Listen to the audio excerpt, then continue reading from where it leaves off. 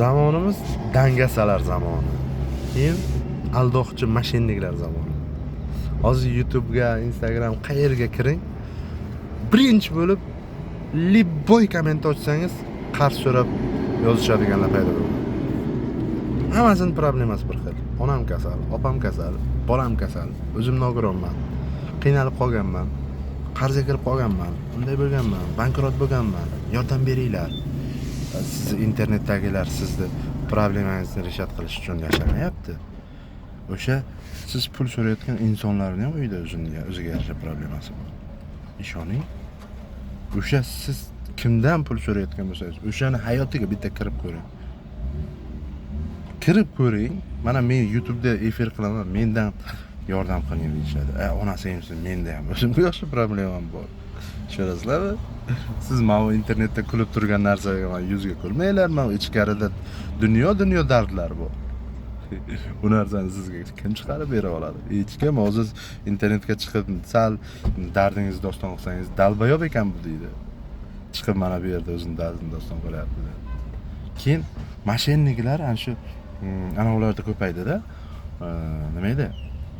Ehson yig'uvchilar ichida mashinniklar ko'payadi. Bitta kasalni topishadi. To'g'ri, haqiqatan kasal. Qayerdadir nimadir bo'lgan.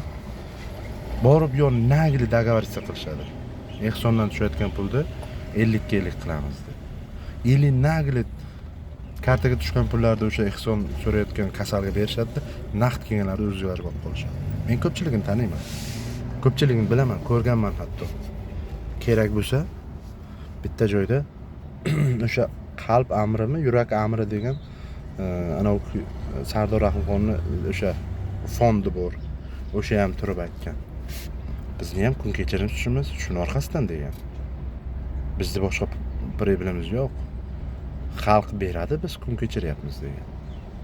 Shuni bilingki, ehsonning orqasida yeb ichib kayf qilib yuradiganlar juda ko'p.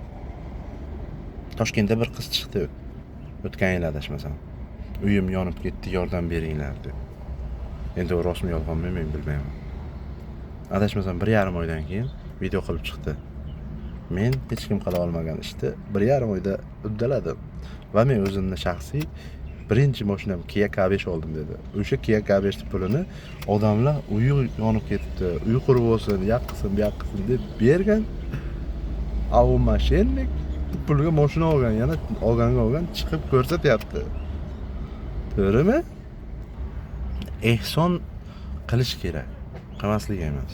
Bu bizga dinimizga buyurilgan narsa. Lekin ko'rib, bilib, borib, o'zingiz ishonch bildirib, o'sha narsaga ishonib, o'sha ehsonga muhtoj insonning qo'liga o'sha narsani berishingiz kerak. Qayerdagi o'rtadagi bloger, posrednik, qaysidir kartaga emas, oldiga borib, uni sharoitini ko'rib, haqiqatan pulga muhtojligiga ishonib, keyin o'sha insonga pul berish kerak. Ehsonni ham o'yin qilib yuborishdi. Ehsonni ham ustidan harom yeydiganlar ko'payib ketdi. Ehson bu o'yin emas, bu harom yeyish emas, birovning haqqiga xiyonat qilish emas. Bir qiynalib qolgan insonga yordam berish ehson.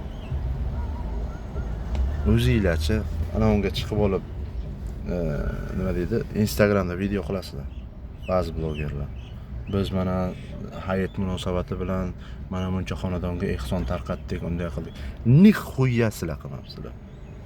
Nixuya. O'sha sizlar ehson qilayotgan narsalarning pulini boy akalar, Amerikada yuradigan va boshqa davlatlarda yuradigan, shu yerda yuradigan katta boy akalar pul tashab qilib berishyapti. Sizlar shunchaki vakilsizlar. Yana chiqib olib garillayapsizlar. Biz qildik. Biz unday qildik, biz bunday qildik. Faktichni keltirib bera olmaysizlar o'zlaringiz tarafdan nechib qo'shganlaring. Lekin ana yerga chiqib olib garillaysizlar. Biz qildik, men qildim deb. O'sha uchun ehson temasini o'yin qilmanglar. Ehson bu ana emas. Nima desam? Birovning haqqini yeyish emas, mashinniklik emas. Bu yordamga muhtoj insonga yordam berish. O'sha uchun qalanishadilar.